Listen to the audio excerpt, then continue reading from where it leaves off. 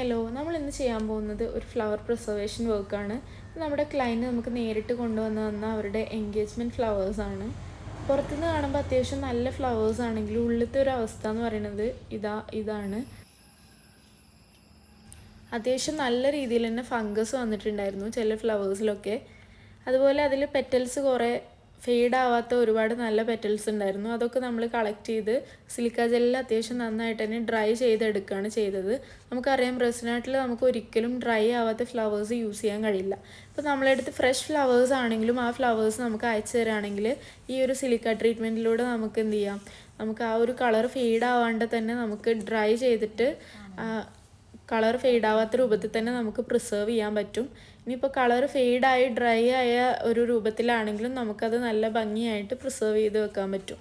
ഇതിപ്പോൾ നമ്മൾ ചെയ്യാൻ പോകുന്നത് ഈ ഒരു സിലിക്കയിൽ ട്രീറ്റ്മെൻറ്റ് ചെയ്യുകയാണ്, ഡ്രൈ ചെയ്തെടുക്കുകയാണ്. ഇനി നമ്മളൊരു 2-3 ദിവസം കഴിഞ്ഞിട്ടാണ് നമ്മളിത് പുറത്തെടുക്കുക. ഇതിപ്പോൾ നമ്മൾ 2-3 ദിവസം വെച്ചതിന് ശേഷമാണ് നമ്മളിത് പുറത്തെടുക്കുന്നത്. അപ്പോൾ ഇത് നല്ല രീതിയിൽ ഡ്രൈ ആയിട്ടുണ്ട്.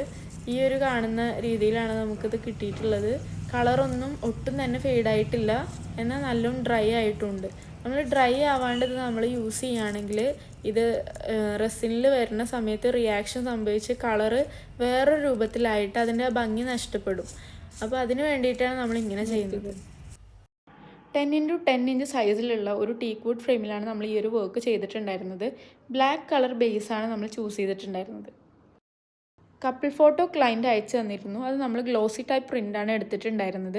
ബൊക്കയിൽ വരുന്ന പെറ്റൽസ് ആണെങ്കിലും ലീവ്സ് ആണെങ്കിലും ബേബി ബ്രത്ത് ആണെങ്കിലും നമ്മൾ ഈ ഒരു ഫ്രെയിമിൽ ഇൻക്ലൂഡ് ചെയ്തിട്ടുണ്ടായിരുന്നു. അത്യാവശ്യം നല്ല ഭംഗിയായിട്ട് തന്നെ നമ്മൾ ഈ ഒരു ഫ്രെയിം അറേഞ്ച് ചെയ്യാൻ ശ്രമിച്ചു. 4 കോർണേഴ്സിലായിട്ടാണ് നമ്മൾ ലീവ്സിനെ അറേഞ്ച് ചെയ്തത്. അതിൻ്റെ മുകളിൽ വരുന്ന ലെയറിലായിട്ട് കപ്പിൾസിൻ്റെ നെയിമും എൻഗേജ്മെൻറ്റ് ഡേറ്റും നമ്മൾ ഗോൾഡൻ കളർ സ്റ്റിക്കേഴ്സിൽ ആഡ് ചെയ്തു.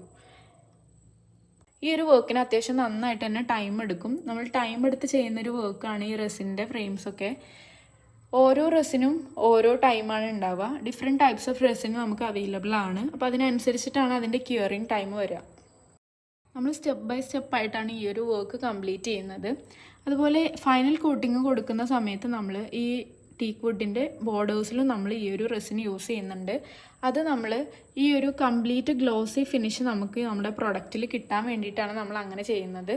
അപ്പോൾ ഇത്രയാണ് ഈ ഒരു വർക്കിൻ്റെ ഡീറ്റെയിൽസ് എന്ന് പറയുന്നത്. ഇതാണ് ഇതിൻ്റെ ഫൈനൽ ലുക്ക്. അപ്പോൾ നിങ്ങൾക്ക് ഇഷ്ടമായി കഴിഞ്ഞ് കഴിഞ്ഞാൽ വീഡിയോ സബ്സ്ക്രൈബ് ചെയ്യുക. അപ്പോൾ അത്രേ ഉള്ളൂ. താങ്ക്